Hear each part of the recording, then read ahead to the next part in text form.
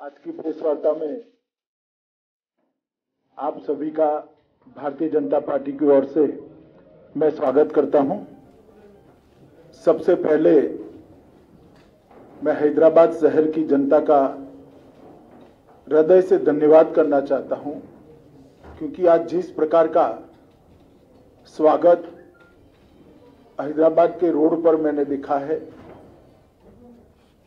शायद ही मैंने तेलंगाना में, हैदराबाद में, अन्य हिस्सों में भी इस प्रकार का स्वागत देखा है। जिस गर्मजोशी के साथ हैदराबाद की जनता ने भारतीय जनता पार्टी के नेताओं का स्वागत किया है और अपना समर्थन इस चुनाव में मोदी जी के नेतृत्व पर, हमारे प्रदेश नेतृत्व पर और भारतीय जनता पार्टी के लिए जताया है, इसलिए मैं हैदराबाद की जनता का हृदय से धन्यवाद करना चाहता हूं। पूरे रोड पर जहां पर भी गए, 1 इंच भी जगह खाली नहीं दिखाई पड़ती थी और मुझे भरोसा है रोड शो को देखकर कि इस बार भारतीय जनता पार्टी सीट बढ़ाने के लिए, संगठन बढ़ाने के लिए नहीं लड़ रही है। इस बार चुनाव के बाद हैदराबाद में मेयर भारतीय जनता पार्टी का होगा, ये हैदराबाद की जनता ने स्पष्ट कर दिया है। मित्रों, हैदराबाद के अंदर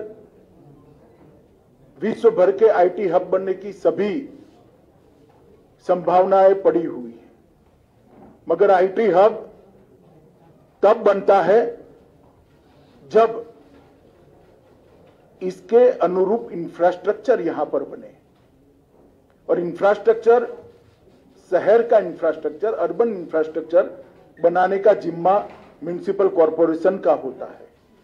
हालांकि केंद्र सरकार और राज्य सरकार की अनेक प्रकार की ग्रांटें मिलती हैं, मगर इसका इंप्लीमेंटेशन ये शहर के शासन के हाथ में, म्युनिसिपल कॉरपोरेशन के हाथ में होता है। और मुझे कहने में कोई संकोच नहीं है कि जिस प्रकार का कॉरपोरेशन यहां टीआरएस और मजलिस के नेतृत्व में चला है, वो हैदराबाद को आईटी हब बनने के लिए, विश्व का आईटी हब बनने के सबसे बड़ा रोड़ा है। अभी ही बारिश में पानी भर गया, लगभग 7 लाख लोगों के घर में परेशान हो गए, पानी भर गया। 6 साल से स्टॉर्म वाटर की एक भी लाइन, इसका सिल्टिंग नहीं हटाया गया, नालों का सिल्टिंग नहीं हटाया गया। पानी नहीं भरेगा तो क्या होगा? मजलिस साथीदार है, मजलिस के इशारों पर अवैध कंस्ट्रक्शन चलते हैं, एपीसमेंट होता है। इसके कारण पानी की निकासी के मार्ग के अंदर अवैध कंस्ट्रक्शन जो हुए हैं, उसने भी पानी भरने में, जमाव होने में बहुत बड़ी भूमिका निभाई है। मैं हैदराबाद की जनता को विश्वास दिलाना चाहता हूं कि एक बार आप भारतीय जनता पार्टी को यहां मौका दीजिए। हम सारे इलीगल कंस्ट्रक्शन जो पानी की निकास के मार्ग में है, उसको हटाकर कभी भी हैदराबाद के अंदर पानी भरे ऐसी स्थिति नहीं रहने देंगे। मैं आज ये प्रेस वार्ता में ये भी पूछना चाहता हूं कि जब पानी भर गया तब श्रीमान केसीआर कहां थे? उनके निवास के सामने की कॉलोनियों में भी पानी भरा। हम भी मीडिया को ध्यान से देखते हैं, कहीं पर भी मुख्यमंत्री ने ना कोई दौरा किया, ना कॉरपोरेशन की बैठक की, ना विधायकों के साथ घूमते दिखे, ना स्थानीय सांसदों के साथ घूमते दिखे। जब हैदराबाद की जनता इतनी बड़ी मुसीबत में थी, तब मुख्यमंत्री कहां थे? ओवैसी कहां थे? हैदराबाद की जनता के मन में ये बहुत बड़ा सवाल है, जिसका जवाब उनको देना पड़ेगा। मित्रों, हम वादा करते हैं कि गुड गवर्नेंस को हम हैदराबाद के अंदर जमीन पर उतारेंगे और हैदराबाद को विश्व का आईटी हब बनाने की दिशा में सभी अनुरूप कदम उठाए जाएंगे। और ये भारतीय जनता पार्टी का वादा है। मोदी जी जो कहते हैं वो करते हैं, हम जो कहते हैं वो होता है। चाहे 2014 का हमारा घोषणा पत्र हो या 2019 का घोषणा पत्र हो, हमने सारे वादों पर अमल किया है। मैं हैदराबाद की जनता को 5 साल पहले एक घोषणा पत्र टीआरएस ने भी दिया था, जिसको प्रचिन्न आशीर्वाद मजलिस के भी थे। मैं कुछ सवाल यहां पर छोड़कर जाना चाहता हूं। कल वोटिंग है, मेरी आशा है शाम को केसीआर जी इसके जवाब दे। एक तो आपने 100 दिन की योजना का वादा किया था, इसका हिसाब किताब हैदराबाद की जनता मांगती है। क्या हुआ? 100 दिन छोड़िए साहब, 5 साल पूरे हो गए। उसमें से कुछ भी करा हो तो हैदराबाद की जनता के सामने रखिए। एक सिटीजन चार्टर आप देने वाले थे, उसका क्या हुआ? सिटीजन चार्टर छोड़िए, इसका पहला पृष्ठ भी तैयार नहीं हुआ है अभी। और रोजमर्रा के काम के लिए, गटर की सफाई के लिए, रोड की सफाई के लिए, रोड की स्ट्रीट लाइट के लिए हैदराबाद की जनता धक्के खा रही है। 32,000 से ज्यादा नल कलेक्शन गरीब बस्तियों में देने थे। हमने हिसाब किताब लगाया, हमारे कार्यकर्ताओं ने 20% से ज्यादा आप नहीं दे पाए हो। कब दोगे? वादा तो 5 साल का था। गरीबों के लिए 1 लाख घर बनाने थे, 1100 से ज्यादा नहीं बना पाए, जबकि मोदी जी ने 1,35,000 गरीबों के घर के लिए तेलंगाना को पैसा मुहैया करा है, मगर आप इंप्लीमेंट नहीं कर पाते हो। आपके फार्म हाउस से बाहर निकलकर सचिवालय में आओगे तभी तो शायद कभी इंप्लीमेंटेशन होगा। भूसी नदी के साथ साथ 42 किलोमीटर का 6 लेन रोड बनाना था। मेरा सभी मीडिया वालों को निवेदन है कि आपकी वैन जरा भूसी नदी के किनारे किनारे घुमाकर वो 6 लेन का रोड हैदराबाद की जनता को एक बार दिखा दीजिए जरा। हैदराबाद की जनता श्रीमान आपसे पूछती है कि वादों का क्या हुआ। 15 डंप यार्ड बनाने थे, एक डंप यार्ड का बोर्ड भी तो दिखा दीजिए। कहां गए वो 15 डंप यार्ड? 4 प्रेक्षागृह रविंद्र भारती की तर्ज पर आप बनाने वाले थे, क्या हुआ? 10,000 करोड़ की एक योजना लेकर आए थे आप, कहां गया 10,000 करोड़? कब खर्च किया? म्युनिसिपल कॉर्पोरेशन के बजट का योग भी बना ले तो इतना नहीं होता है। एक हुसैन सागर को स्वच्छ तालाब बनाने का, एक स्वच्छ स्पॉट बनाने का, टूरिस्ट स्पॉट बनाने का वादा किया था। मैं अभी अभी हुसैन सागर के पास से आया हूं, आप हर रोज जाते हैं, मैं इसके बारे में कोई और टिप्पणी नहीं करना चाहता। गांधी और उस्मानिया हॉस्पिटल की तर्ज पर 4 नए अस्पताल बनाने थे, हमें तो दिखाई नहीं दिए। मोदी जी ने एम्स में मेडिकल कॉलेज दिया, मजदूरों की जो अस्पताल है इसमें भी मेडिकल कॉलेज दिया और अस्पतालों को कंप्लीट करने का काम मोदी जी ने किया। अरे साहब वो तो छोड़िए, आपने कुछ नहीं किया। मोदी जी ने एक आयुष्मान भारत योजना लाए हैं जिसमें हैदराबाद के अर्बन गरीब के लिए 5 लाख रुपए की पूरी हेल्थ का खर्चा भारत सरकार उठाने वाली है। आपने पॉलिटिकल रीजन से मोदी जी हैदराबाद में लोकप्रिय हो जाए इसलिए उसका भी इंप्लीमेंटेशन नहीं किया और हैदराबाद के गरीब को आपने 5 लाख रुपए के स्वास्थ्य योजना से महरूम रखा है। आज हैदराबाद में कोई भी गरीब बीमार पड़ता है तो उसको 5 लाख रुपए की दवाई नहीं मिलती, ऑपरेशन नहीं करा पाता, अपने बूढ़े माँ बाप का, अपने छोटे बच्चे का इलाज नहीं करा पाता। क्या बिगाड़ा है इन लोगों ने? मोदी जी की पॉपुलैरिटी तो वैसे ही केसीआर साहब होने वाली है। भारतीय जनता पार्टी की सरकार ने हैदराबाद और तेलंगाना के लिए काफी कुछ किया है। हैदराबाद मेट्रो प्रकल्प 16,000 करोड़ की लागत से जिसको 30 किलोमीटर लंबा बनाया, इसका उद्घाटन प्रधानमंत्री जी ने ही किया। प्रतिष्ठित शैक्षणिक संस्थानों की स्वीकृति की 4 बनाए हैं। Biodiversity research centre Hyderabad, centre for innovation for defence excellence Hyderabad, ऐसे 4 बनाए हैं। 40,800 करोड़ की इंफ्रा योजनाओं की घोषणा हम पहले ही कर चुके हैं, जिसमें हैदराबाद बेंगलुरु राजमार्ग, हैदराबाद विजयवाड़ा राजमार्ग, शहरी क्षेत्र के विकास के लिए अमृत मिशन लाया। ग्रेटर हैदराबाद नगर निगम में 3.30 करोड़ मूल्य के 2 पार्क विकसित किए गए। जीएचएमसी की लिए क्रेडिट रेटिंग की पूरी करने के लिए हमने इनिशिएटिव लिया। सबसे बड़ी बात हैदराबाद शहर के गरीबों के लिए है।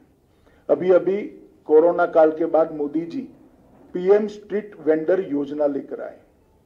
ये पीएम स्ट्रीट वेंडर योजना गरीब रेडी वालों के लिए। और मुझे कहते हुए आनंद होता है कि सबसे ज्यादा पीएम स्ट्रीट वेंडर योजना का फायदा अगर किसी एक राज्य को मिला है तो तेलंगाना को मिला है। 3 लाख लोगों को पीएम स्ट्रीट वेंडर योजना के तहत लोन देने का काम किया गया और सबसे ज्यादा किसी बड़े शहर में दिया गया है तो हैदराबाद को दिया गया है। 30,000 से ज्यादा पीएम स्ट्रीट वेंडर के लोन दिए गए। लगभग और 72 किलोमीटर लंबी रेल परियोजना मेट्रो की लागू हो रही है। इसके अलावे हैदराबाद के लिए पहले पासपोर्ट की बहुत बड़ी दिक्कत थी, अब पूरी व्यवस्था को प्रोफेशनलाइज कर दिया गया है और सारा काम टेक्नोलॉजी बेस कर एक अद्यतन पासपोर्ट ऑफिस यहां पर बनाने का काम किया है। और इसके साथ साथ हैदराबाद के अंदर ये आईटी का बड़ा हब है। देश भर के युवाओं के लिए मोदी जी ने ढेर सारे योजनाएं और ढेर सारे प्लेटफॉर्म उपलब्ध कराए हैं। इसका परिणाम है कि दुनिया भर में आर्थिक संकट है मगर एफडीआई इनफ्लो सबसे ज्यादा भारत में है। एफआईआई इनफ्लो भी नवंबर में रिकॉर्ड जगह पे पहुंचा है। आईटी सेक्टर का इन्वेस्टमेंट जो हो रहा है इसका सबसे बड़ा फायदा हैदराबाद को हो रहा है।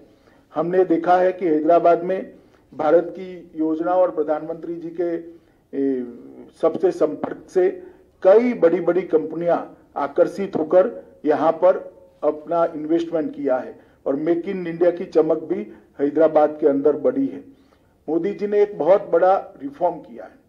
अब न केवल वर्क फ्रॉम होम, इसकी जगह वर्क फ्रॉम एनीवेयर के लिए रास्ता खुला है और इसका सबसे बड़ा फायदा हैदराबाद के युवाओं को होने वाला है, जो आईटी प्रोफेशनल है उनको होने वाला है। ये मिनी भारत है। भारत भर के युवा यहां आते हैं, इनको वर्क फॉर होम की साथ साथ वर्क फ्रॉम एनीवेयर, ये योजना का सबसे बड़ा फायदा अगर किसी एक शहर के युवाओं को होना है तो वो हैदराबाद को होना है। स्टार्टअप के लिए भी बहुत ध्यान दिया गया है। ढेर सारी प्रायोरिटी में डिटेल में जाना नहीं चाहता मगर स्टार्टअप को मोदी जी ने खुद एक थ्रस्ट देकर एक नए उद्यमियों के लिए एक बहुत बड़ा प्लेटफॉर्म तैयार किया है। इसका भी सबसे बड़ा फायदा हैदराबाद को होने वाला है। स्टार्टअप्स के लिए व्यापार में आसानी हो, इसके लिए एक नया बिजनेस फ्रेंडली इकोसिस्टम तैयार कर बहुत तेजी से इस पर आगे बढ़ रहे हैं। ईज ऑफ डूइंग बिजनेस के अंदर भारत ने ग्लोबल रैंकिंग में बहुत बड़ी जंप लगाई है और इसके साथ साथ इनोवेशन इंडेक्स में भी हमारी रैंकिंग बहुत बेहतर हुई है। मित्रों, ये सबके कारण हैदराबाद जो मिनी भारत है, मिनी इंडिया है, इसके युवा प्रोफेशनलस को बहुत, उनके लिए एक क्षितिज बहुत बड़ी खुली है और इसका फायदा हो रहा है। मित्रों, मैं अंत में इतना ही कहना चाहता हूं कि मेरे साथ हमारे प्रदेश का नेतृत्व बैठा है। मैं आपको हैदराबाद की जनता को भरोसा दिलाना चाहता हूं कि हम हैदराबाद को नवाब निजाम कल्चर से मुक्त होकर एक मिनी इंडिया बने ऐसा शहर बनाने की दिशा में आगे बढ़ेंगे। निजाम कल्चर को त्याग कर एक आधुनिक शहर बने, इस प्रकार का हम हैदराबाद को बनाएंगे। यहां किसी का अपीसमेंट नहीं होगा, किसी के साथ अन्याय भी नहीं होगा। इस प्रकार की नई कार्य संस्कृति का विकास हम यहां पर करेंगे। हम डायनेस्टी से डेमोक्रेसी की ओर जाना चाहते हैं। चाहे ओवैसी साहब की पार्टी हो, चाहे टीआरएस की पार्टी हो, हमें तो बहुत सवाल करती हैं, मगर मैं पूछना चाहता हूं कि इतने बड़े तेलंगाना में आपके परिवार के अलावे आपको कोई नहीं मिलता है जी? आपके बाद आपका परिवार ही क्यों आता रहता है और किसी में टैलेंट ही नहीं है? हम डायनेस्टी से डेमोक्रेसी की ओर देश के लोकतंत्र को ले जाना चाहते हैं, हैदराबाद और तेलंगाना को ले जाना, भ्रष्टाचार से पारदर्शिता की ओर ले जाना चाहते हैं। भ्रष्टाचार सारी सीमाएं लांघ गया। अपने अपने रहन सहन को देख लीजिए तो आपको मालूम पड़ेगा कि किस प्रकार का भ्रष्टाचार तेलंगाना की जनता ने सहन किया है। तुष्टीकरण से हम सम विकास की ओर जाना चाहते हैं। किसी का अपीसमेंट नहीं करेंगे, सबको बरोबर मौके मिलेंगे। और हैदराबाद की जनता का बहुत बड़ा हिस्सा जो अपमानित महसूस करता है अपने आप को, उनको हम भरोसा दिलाना चाहता है किसी की भी हिम्मत नहीं होगी आपको दोयम दर्जे के नागरिक बताने की। इस प्रकार का सम विकास का हम वातावरण करें। बाढ़ से डूबे शहर को बाढ़ मुक्त शहर बनाना चाहते हैं। और मैं एक सवाल फिर से श्रीमान चंद्रशेखर राव जी से पूछना चाहता हूं, ये मजलिस के साथ आप जो समझौता करते हो, इसमें हमें कोई आपत्ति नहीं है, कोई आपत्ति नहीं। कर सकता है, लोकतंत्र में कोई भी व्यक्ति किसी के साथ भी जाता है, मगर गुप्त समझौता क्यों करते हो?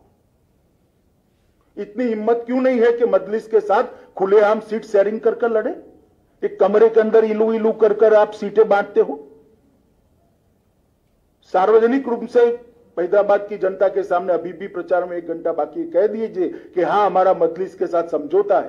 क्यों हिम्मत नहीं है आपकी? इसका जवाब केसीआर और मजलिस दोनों ने होना चाहिए। और मित्रों, मैं मानता हूं कि आज सरदार पटेल के कारण ही ये हमारा तेलंगाना यहां से लेकर मराठावाड़ा तक और हैदराबाद भारत के साथ जुड़ा हुआ है।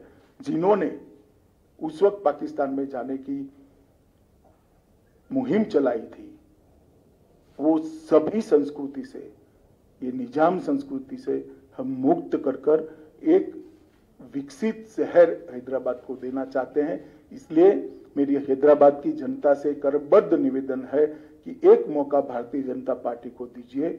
हम हैदराबाद को विश्व का आईटी हब बनने के लिए पूरे इंफ्रास्ट्रक्चर की तैयारी करेंगे और मोदी जी का आशीर्वाद है ही है, तो हैदराबाद अपने आप आईटी हब बनेगा, इसको मुझे भरोसा है।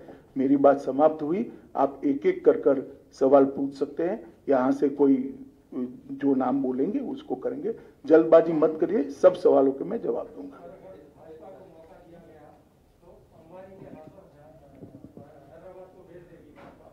हैं?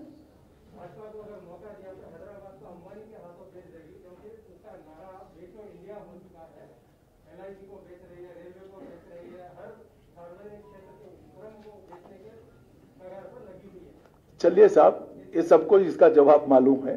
भारतीय जनता पार्टी कोई एक म्युनिसिपल कॉरपोरेशन में सत्ता में आने वाली पार्टी नहीं है। हमारा इस देश के 17 से ज्यादा राज्यों में शासन है, केंद्र में कई बार हम शासन में रहे हैं।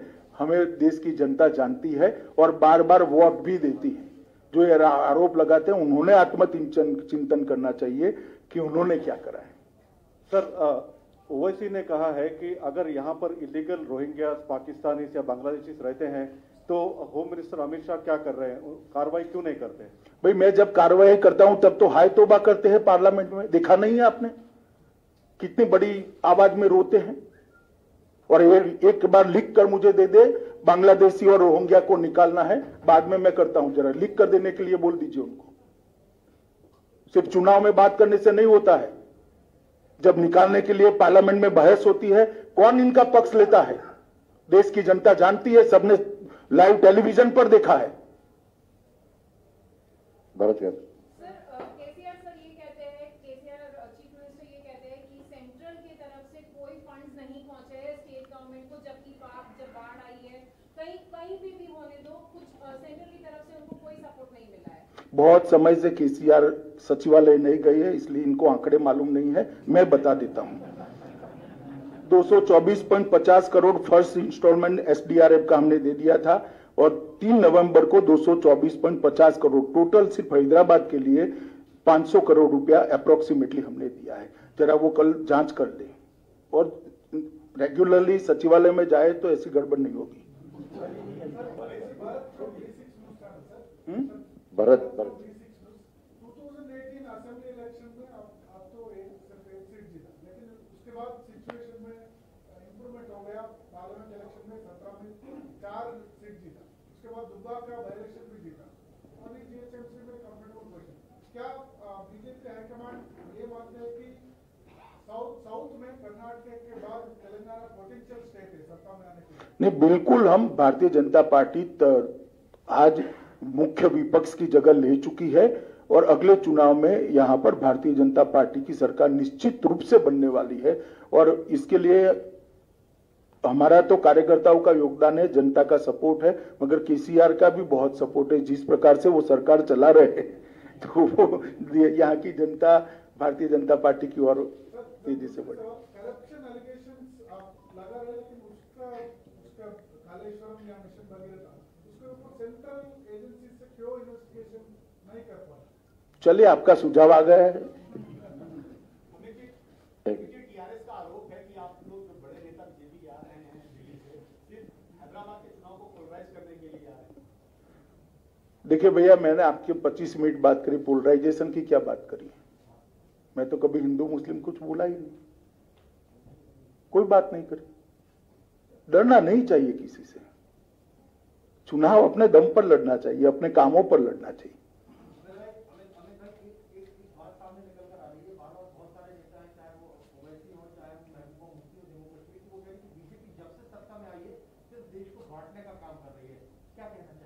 देश तो भैया 1947 में बटा था, उसके बाद बटा ही नहीं है। और किसने बांटा था आपको मालूम है? और बटता था तब तेलंगाना को कौन पाकिस्तान के साथ जोड़ने की बात करता था, वो भी आपको मालूम है। इसका जवाब पहले ओवैसी दे। अभी जी आपने चुनाव प्रचार आज लोकसभा की शुरुआत की है, वो भाग्य लक्ष्मी मंदिर आप गए हैं। भाग्य नगर नाम बदलने की मांग बीजेपी की ओर से उठाई जा रही है। आपका भाग्य लक्ष्मी मंदिर जाना, वहां से पूजन करके शुरुआत करना, क्या ये उसी बात को रिफ्लेक्ट करता है? देखिए, मैं भाग्यलक्ष्मी मंदिर के अंदर मेरी व्यक्तिगत श्रद्धा के मां के चरणों में रखने के लिए गया हूं। इसके कोई गलत अर्थ न निकाले जाए।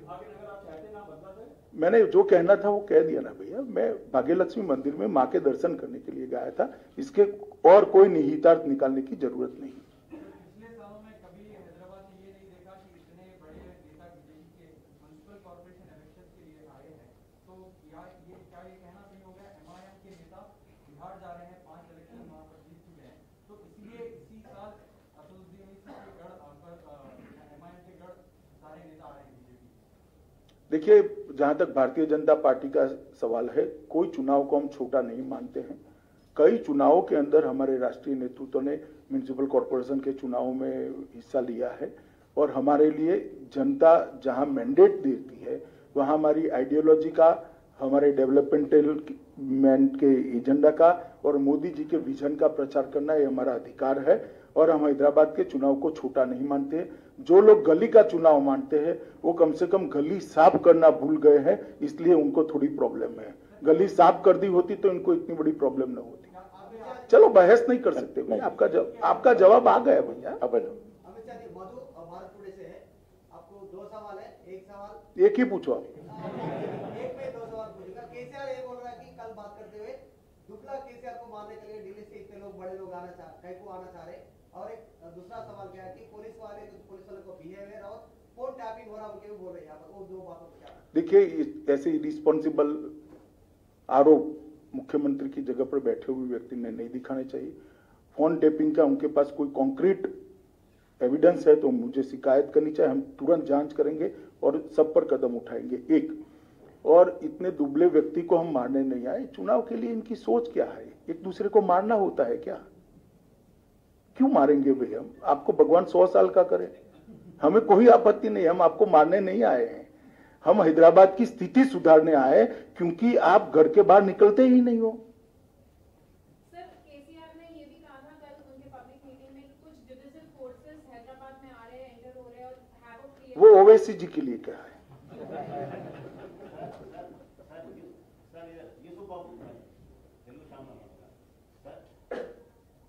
सबका साथ सबका विश्वास, उसके बारे में अपने लोग मोदी जी बोल रहे हैं, लेकिन यहाँ के लोग थोड़े लोग बोल रहे हैं, थोड़े नहीं बोल रहे। ये मुस्लिम हिंदू इसमें लेके आ रहे हैं। आप जम्मू कश्मीर में आपके साथ कई मुस्लिम आपके साथ आ रहे, कई शहीद हुए हमारे कृष्णा रेड्डी साहब बोले, तो इसके लिए आप नहीं, मैं सवाल ही नहीं समझा। सबका साथ, हाँ तो सबका साथ सबका विकास है ही। हमने गैस, सुनिए ना, हमने गैस के सिलेंडर दिए, ना हिंदू देखा ना मुसलमान, सबके यहाँ गए। शौचालय दिया, ना हिंदू देखा ना मुसलमान, सबके यहाँ गए। बिजली का कनेक्शन दिया, ना हिंदू देखा ना मुसलमान, सबके यहाँ गए। ना क्रिश्चियन देखा ना सिख देखा। तो सबका साथ सबका विकास है ही। इसमें कहाँ दुविधा है?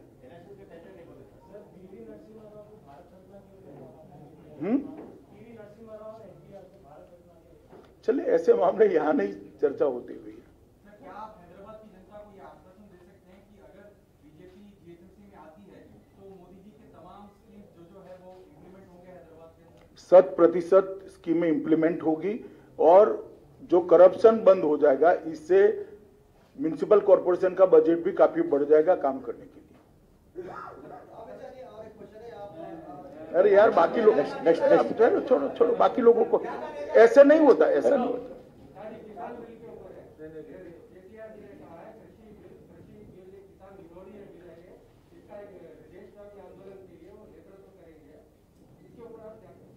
नहीं, कोई डेमोक्रेसी में सबको अधिकार है, मगर मैं इतना स्पष्ट कहना चाहता हूं कि तीनों बिल जो है किसान रिफॉर्म्स है, वो किसानों के भले के लिए है और बहुत समय के बाद किसान एक जकड़ी हुई व्यवस्था से बाहर आने वाला है।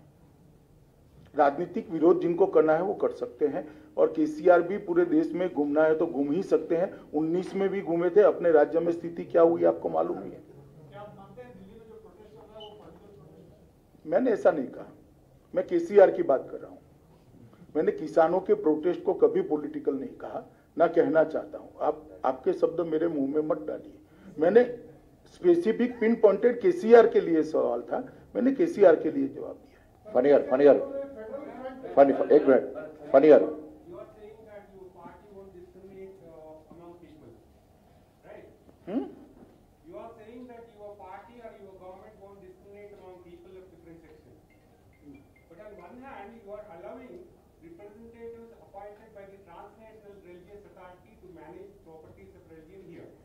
On the other hand, you have taken over the property, 50 properties of 52 temples in Uttarakhand and made chief minister as the board chairman. Don't you think it's a discrimination? नहीं, ऐसा नहीं है। ये सार्वजनिक ट्रस्ट बना है उत्तराखंड सरकार ने और इसमें अंत में तो थोड़ा स्टेबल होने के बाद जनता के प्रतिनिधि ही आने वाले हैं। हाँ, पूछिए। One thing, according to one law, one personal law, the rights of women in the properties of husband are denied. But in case of other personal law, a woman, despite being changed to another religion, she is allowed to take the property. These are the two different yardsticks being implemented in this country. Particularly, this is affected to women of Hindu, Buddhist, Sikh, and Jain religion. How do you look at that? देखिए, ऐसी कोई discrepancy है तो उसको जिन्होंने कानून लाया वो जरूर देखेंगे और कोर्ट भी देखेगी। आप क्या पूछ रहे हैं?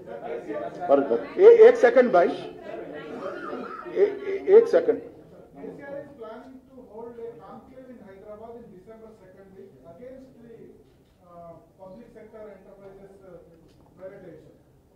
देखिए, केसीआर हमेशा ऐसे काम ऐसा करने का बहुत प्रयास किया। 19 में भी आपको याद होगा एक विमान किराए पर रखा था और लगभग 16 राज्य में गए थे, सीटें आधी हो गई। यहाँ ऐसी कॉन्फ्रेंस ममता जी ने भी करी थी, वहां पर याद होगा कलकत्ता में, सीटें उनकी भी आधी हो गई।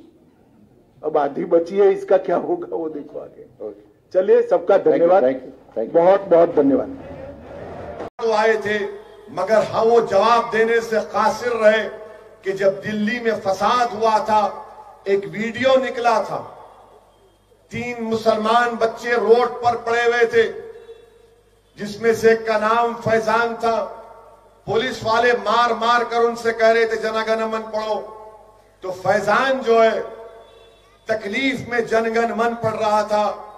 बाद में फैजान की मौत हो गई और फैजान के ये जो चेहरे पे जो आपके मुंह जो हड्डी थी वो टूटी हुई थी, उसके सर के अंदर की हड्डी टूटी हुई थी, पेट के फसलियां टूटे हुए थे। अब तक अमित शाह के मातहत जो दिल्ली की पुलिस है, एक पुलिस वाले को सस्पेंड नहीं किए, ना गिरफ्तार किए। ये बीजेपी का कारनामा है। दिल्ली में फसाद हुआ, 20 से ज्यादा मजहबी इबादत गाहों को डैमेज किया गया या जला दिया गया। लोग मरे 50 के ऊपर, जिसमें हमारे हिंदू भाई भी मरे अफसोस के साथ। मुसलमान भी थे। क्या दिल्ली की हुकूमत ने इतना बड़ा जेनोसाइड दिल्ली में हुआ? क्या प्राइम मिनिस्टर 15 पॉइंट प्रोग्राम में यह पॉइंट नहीं है? क्या होम मिनिस्ट्री के गाइडलाइंस में नहीं है कि जहां फसाद होता वहां पर सरकार जिसका घर जलता है, चाहे किसी मजहब का हो, जो मरता है, जो जख्मी होता है, उसको इमदाद देगी, कंपनसेशन देगी, एक्सग्रेशिया देगी? क्यों नहीं दिए बीजेपी की हुकूमत?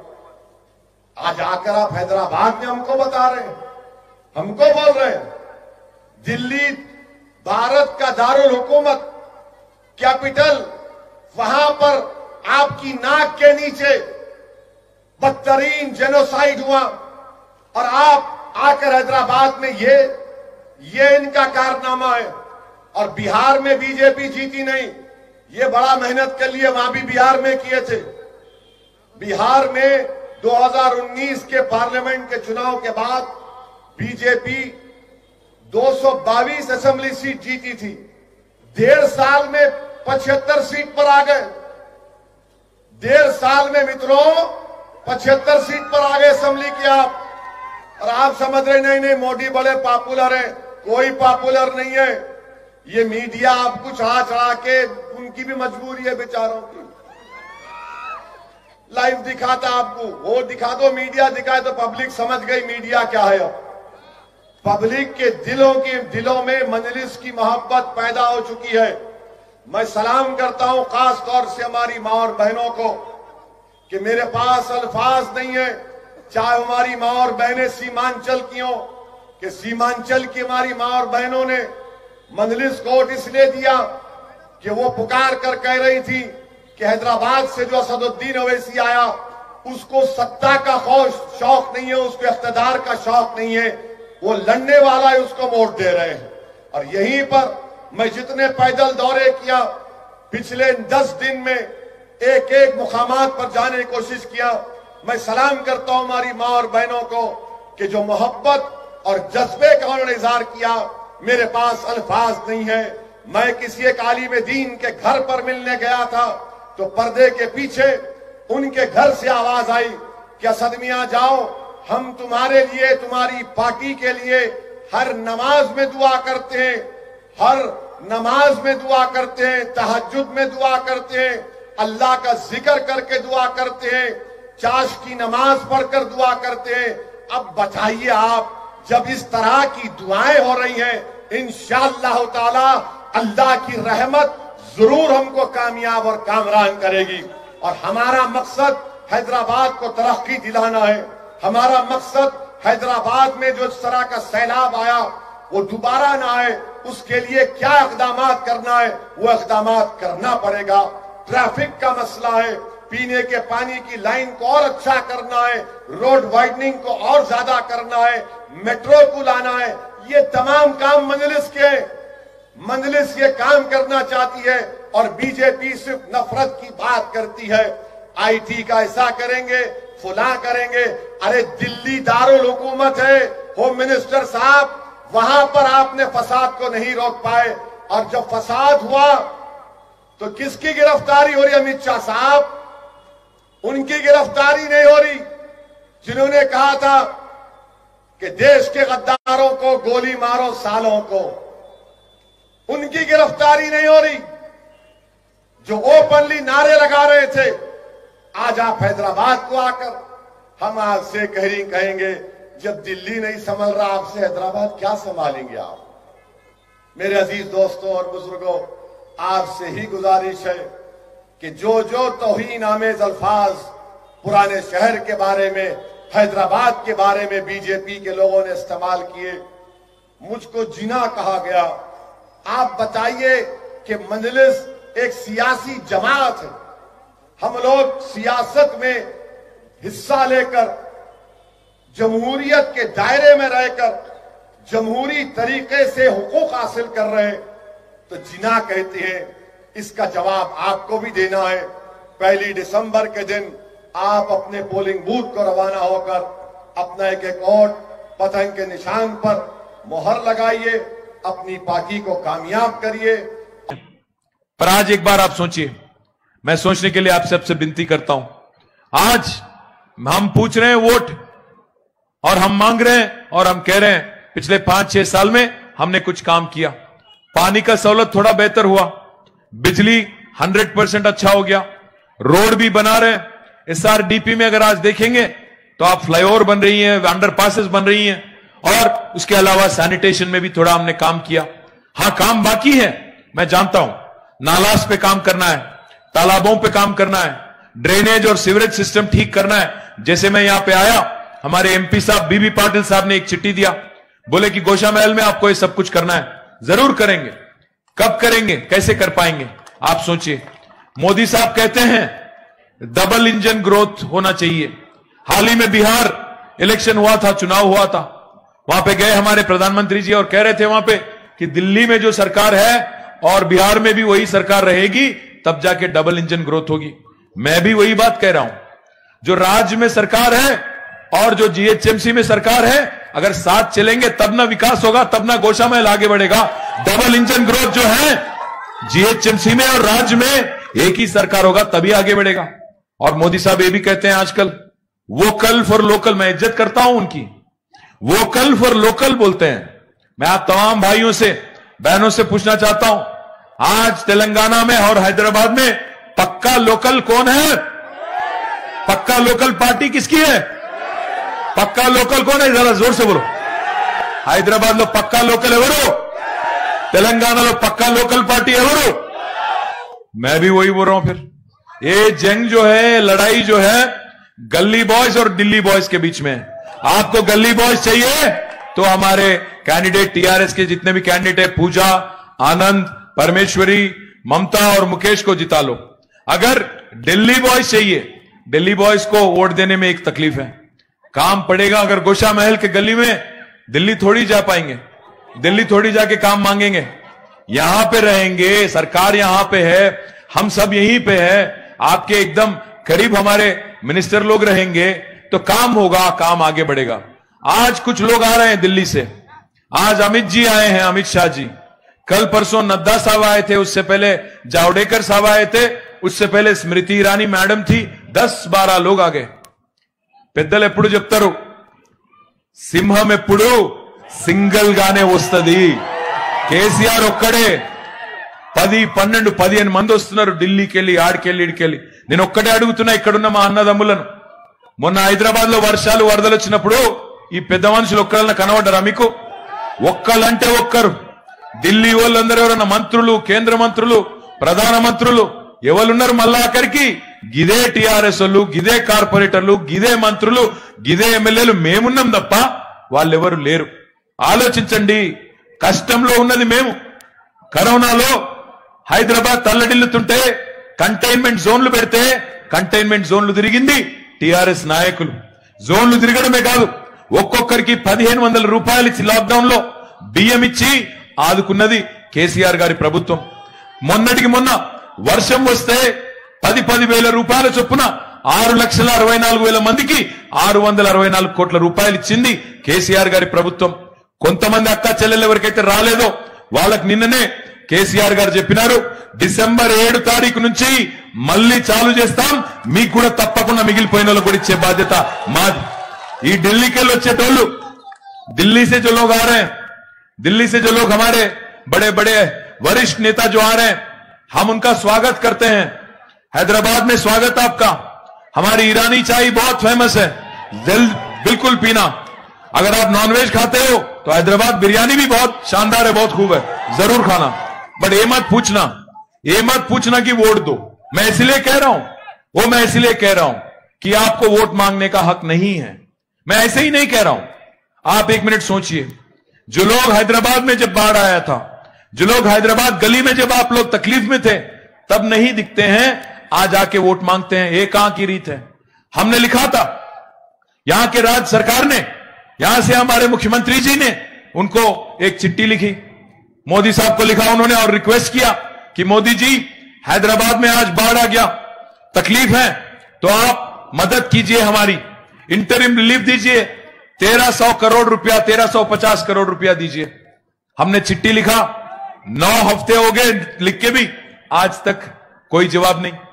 कर्नाटक में जहां उनकी सरकार है, वहां से मुख्यमंत्री उत्तर लिखते हैं, चिट्ठी लिखते हैं, 4 दिन में वहां पे भी बाढ़ आया था।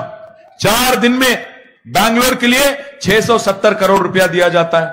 गुजरात में बाढ़ आता है तो वहां पे तो प्रधानमंत्री खुद चले जाते हैं, 500 करोड़ देके आते हैं। फिर हैदराबाद क्या इस देश में नहीं है? तेलंगाना क्या इस देश में नहीं है? क्या हम टैक्स नहीं भरते हैं? अगर टैक्स की बात आती है, मुझे एक चीज बड़ा अजीब सा लगता है, बड़े बड़े वरिष्ठ नेता जो हैं दिल्ली से जो आते हैं, आके कहते हैं कि हमने तेलंगाना को इतना कुछ दिया। मैं आप तमाम भाई लोगों से, बहनों से मैं विनती करता हूं, एक बार सोचिए, एक बात समझ लीजिए। पिछले 6 साल में तेलंगाना का जनता ने, हम सभी लोगों ने, 4 करोड़ की तो तेलंगाना की जनता है, हर दिन जो हम लोग कोई शॉप जाके अगर कुछ खरीदते हैं, चाहे वो पेस्ट हो, ब्रश हो, साबुन हो, टॉवल हो, जो भी हो, जब खरीदते हैं तो टैक्स पे करते हैं।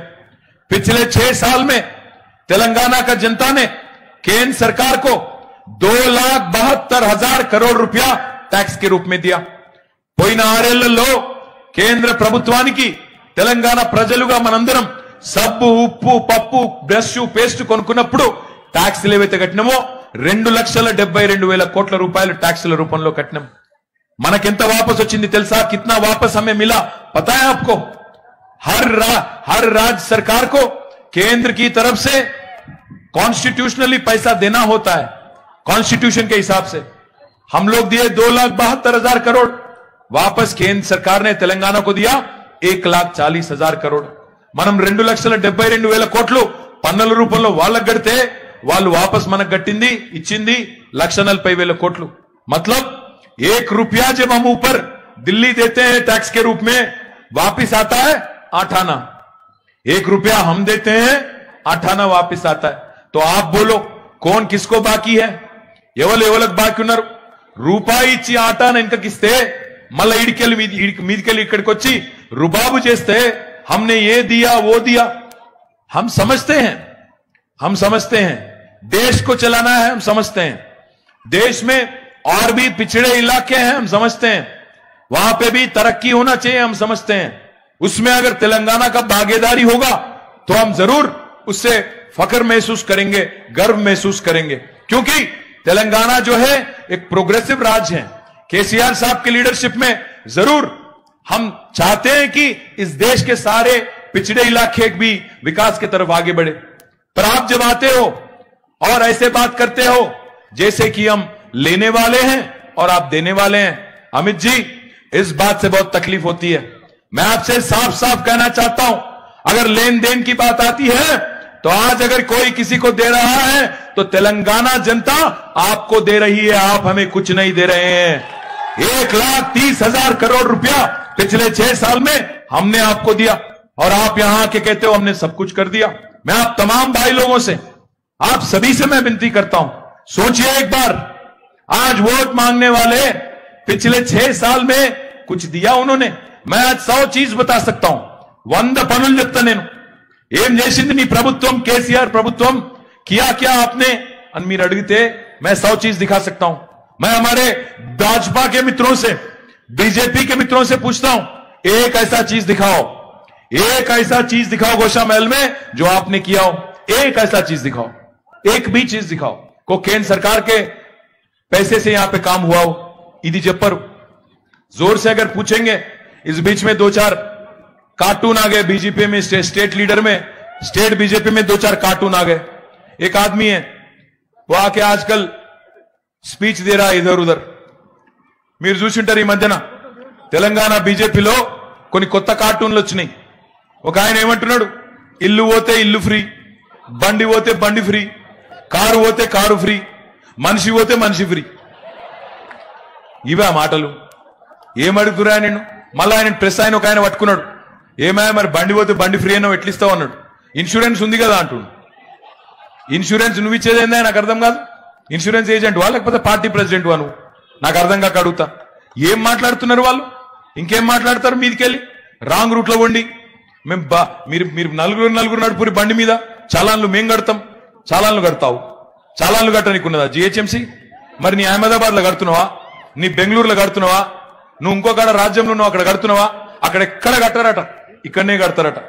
నేను ఒక్కడే మిమ్మల్ని ఆలోచించమని కోరుతున్నా.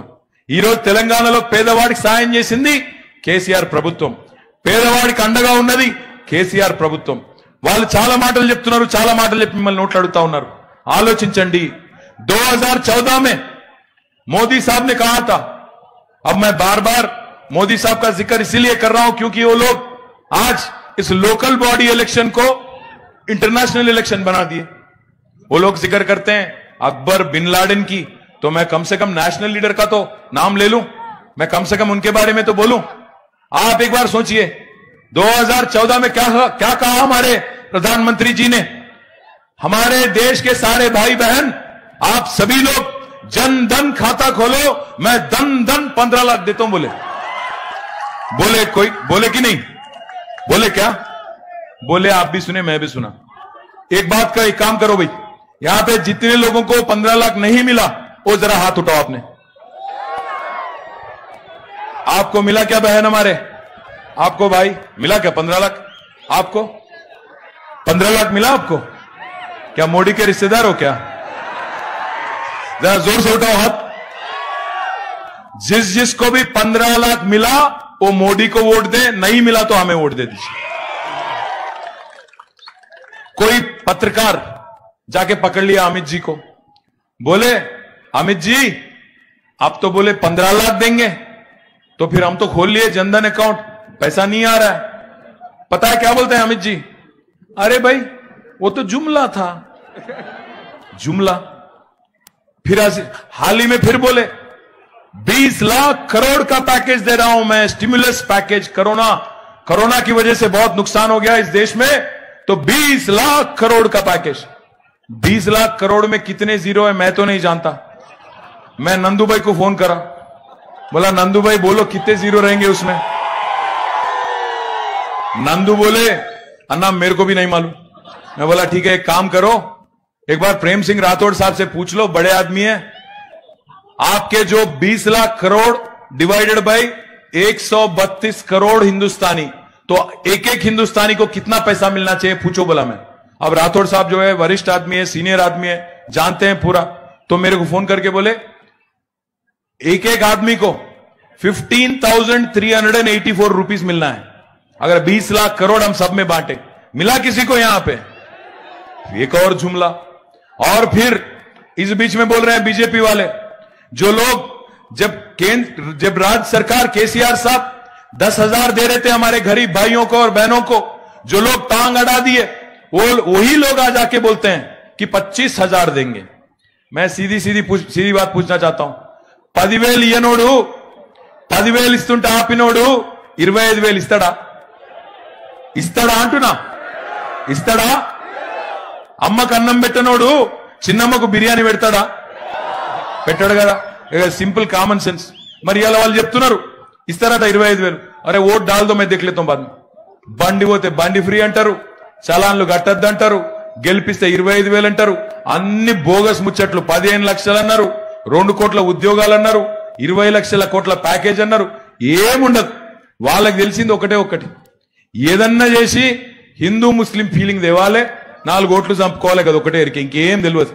నేను మీ అందరినీ కోరుతున్నా ఒకటే, హైదరాబాద్ ప్రశాంతంగా ఉన్నది. हैदराबाद लो ఈరోజు వ్యాపారాలు మంచిగా జరుగుతున్నాయి. यहाँ पे जितने भी हमारे व्यापारी भाई हैं, मैं आप भाइयों से मैं रिक्वेस्ट कर रहा हूं, हैदराबाद बहुत पीसफुल है आज. इस पीस को अगर ऐसे ही रखना है, हैदराबाद ऐसे ही अगर रहना है, तो आप जरूर एक बात सोचिए. आज कुछ लोग बात कर रहे हैं कि सर्जिकल स्ट्राइक करेंगे. सर्जिकल स्ट्राइक कहां होता है, कहां किया जाता है? शत्रु देश पे किया जाता है, अपने देश पे नहीं करते हैं. सर्जिकल स्ट्राइक नाम का चीज अगर हैदराबाद पे आप करोगे, तबाही कहां होगी? यहीं पे होगी. व्यापार किसका डिस्ट्रॉय हो जाएगा, नुकसान किसको पहुंचेगा? सारे हैदराबादियों को पहुंचेगा. आप इसलिए सोच समझ के वोट देना, बिल्कुल भावुक मत बनना. सोचो, आप सोच के वोट दो. इलेक्शन आते ही हिंदू मुस्लिम, इलेक्शन आते ही पाकिस्तान, ये कहां की रीत है? आप सोचो, ये बल्दिया का इलेक्शन है.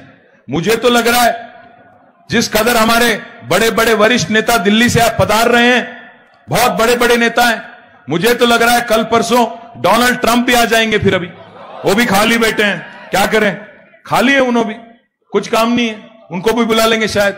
इंटरनेशनल कर दिए इलेक्शन को, सोचो आप। मैं एक बात पूछना चाहता हूं, मोदी साहब ने कहा, बीजेपी ने कहा कि हर साल 2 लाख युवाओं को रोजगार देंगे, पर 6 साल हो गए, 12 करोड़ युवा को रोजगार मिला क्या? मिला किसी को यहां पे? एक बार हाथ उठाओ भाई। नहीं मिला। नहीं है रोजगार की तो छोड़ो आप, जो है सो रोजगार वही खत्म हो रहा है। अब एयर इंडिया को बेच दिए, पूछे हम एयर इंडिया को क्यों बेच रहे हो, बोलते हैं वो तो नुकसान में है। ठीक है, समझते हैं। फिर LIC तो प्रॉफिट में है, उसको क्यों बेच रहे हो, नहीं बताते हैं, फिर बोलेंगे हिंदू मुस्लिम। इसलिए मैं कहता हूं मोदी साहब अच्छे अच्छे प्रोग्राम लाए, clean India, digital India, fit India, sit India, stand India, अब नया प्रोग्राम लाए, बेचो इंडिया। इसीलिए मैं कहता हूं सोचो इंडिया, सोचो, भावुक मत बनो, उद्वेगालु कादो उद्योगालु कावाले, सोच समझ के वोट दो, पागल मत बनो, दीवाना मत बनो। हिंदुस्तान पाकिस्तान के नाम से वोट मांगने वाले, हिंदू मुसलमान के नाम पे वोट मांगने वाले विकास नहीं चाहते हैं। आप ही कहते हो सबका साथ सबका विकास, फिर एक तरफ बोलते हो सर्जिकल स्ट्राइक, हैदराबाद पे हमला करोगे तो सबका साथ सबका विकास कैसे होगा? ये कहां की रीत है, ये कहां की बात है? ऐसे लीडर, जो लोग आज यहां के बीजेपी के लीडर हैं, कुछ भी बोलते हैं, रॉन्ग रूट में गाड़ी चलाओ, सर्जिकल स्ट्राइक करेंगे, फलाना करेंगे, ठिकाना करेंगे। आग लगाना बहुत आसान है, बुझाना बहुत मुश्किल है। कंस्ट्रक्शन बहुत मुश्किल है, डिस्ट्रक्शन बड़ी आसान है। 4 वोट के लिए, 4 सीट के लिए आग लगाओगे, भागोगे तुम, फिर वापस रहेगा कौन यहां पे बुझाने के लिए? आप सोचो। फिर कर्फ्यू चाहिए क्या हैदराबाद में? फिर से वही दिन चाहिए क्या? सोचो। पीस चाहिए, रोजगार चाहिए, बिजली चाहिए, पानी चाहिए, सड़क चाहिए, हमारे पार्क ठीक हो, हमारे डबल बेडरूम मिले, हमारे केसीआर साहब की तरफ से हमारे बहनों को और काम हो। अगर ये चाहते हो तो हमारे पूजा को, मुकेश को, परमेश्वरी को, संतोष, ममता को और हमारे आनंद को, इन 5 को जिता लो। और मैं एक और बात भी कहना चाहता हूं यहां पे, एक और बात भी कहना चाहता हूं आपसे। आज कुछ लोग कहते हैं कि MIM की तरफ हम सॉफ्ट हैं, बिल्कुल नहीं। पिछली बार 5 वोट से मिस कर गया, इस बार मैं कह रहा हूं यहां पे गोशाला महल में, जामबाग में हराएंगे MIM को, हम ही हराएंगे, TRS वाले हराएंगे, हमारे आनंद गौड़ को जिता लो। और ना सिर्फ जामबाग, हम लोग 10-12 और सीट भी ओल्ड सिटी में भी जीतेंगे। पिछली बार 5 सीट जीते थे, मुसरमबाग जीते, इंदिरा सेवा सदन जीते, गुड़ी मलकापुर जीते, जियागुड़ा जीते, सैदाबाद भी जीते। इस बार भी जामबाग जिता लो। इसके साथ ही साथ रेड हिल्स, लंगर हाउस, विजयनगर कॉलोनी, इस सारे ही जगह जीत के बताएंगे, MIM को भी काबू में लाके बताएंगे। मैं आप तमाम भाइयों से बहनों से रिक्वेस्ट करता हूं, आप भावुक मत बनो, उद्वेगालक लोन काकंडी, ఎన్నిక రాగానే ఆగమాగం చేసేటోళ్ళతో ఆగమాగం కాకండి, ఎన్నికలు వచ్చినప్పుడే వచ్చేటోళ్ళకు ఓట్లు వేయకండి। ఎన్నికలు లేనప్పుడు, మీరు వరదలలో ఉన్నప్పుడు, కష్టాల్లో ఉన్నప్పుడు ఉన్నది మేము, కరోనా కష్టంలో ఉన్నప్పుడు సాయం చేసింది TRS ప్రభుత్వం। కాబట్టి దయచేసి ఆలోచించి ఓటు వేయండి। ఇక్కడ ఉండే రోడ్లు గాని, డ్రైనేజీలు గాని, చిన్న చిన్న సమస్యలు గాని ఇవన్నీ చేసుకుందాం, ఎలాంటి ఇబ్బంది లేదు। తప్పకుండా ఇంకా 3 ఏళ్లు మన ప్రభుత్వమే ఉంటది। డిసెంబర్ 7 నుంచి 10,000 రూపాయలు రానోళ్ళకు కూడా మళ్ళా చాలు చేస్తాం, తప్పకుండా వాళ్ళకు కూడా ఇస్తాం। మా అక్క చెల్లెలకు అందరూ కలిసి ఈ 5 అభ్యర్థులను గెలిపించుకొని పెద్ద మెజారిటీతో బల్దియాకు పంపండి। మళ్ళొకసారి మీ అందరిని తొందరలోనే కలుసుకుంటా అని చెప్పి తెలియజేస్తూ జై తెలంగాణ। हमारे पुरुषोत्तम भाई भी यहीं पे हैं, थैंक यू, उनके लिए भी मैं प्रत्येक धन्यवाद देना चाहता हूं। Thank you Purushottam garu, thank you. जय तेलंगाना। मैं ऐसे ही नहीं जाऊंगा, मेरे अंदर चैले वर्तन होते हैं। सारे लोग हाथ रहो भाई, हाथ माने वो हाथ नहीं, मुट्ठी मुट्ठी, चलो, हाथ बहुत डेंजर है। कारू गुर्तु के, कस के बोलो यार, कारू गुर्तु के, केसीआर गारी नायकत्वम, जय तेलंगाना। कांग्रेस कैंडिडेट बेगम बाजार में अपने फेवर, एक मिनट कांग्रेस कैंडिडेट बेगम बाजार से अपने फेवर में विड्रॉ हो गए। क्या नाम? ना पेరు पुरुषोत्तम अंडी VG कांग्रेस दलित लीडर है। एक मिनट पुरुषोत्तम भाई जो कांग्रेस के कैंडिडेट थे बेगम बाजार में, वो ड्रॉप हो गए और हमको सपोर्ट कर रहे हैं। एक बार उनको आप सब तालियों के साथ स्वागत कीजिए। पुरुषोत्तम भाई है, हमारे दलित लीडर हैं और ड्रॉप करके आज बेगम बाजार में हमारी मदद दे रहे हैं। बहुत बहुत धन्यवाद। Thank you. जय तेलंगाना।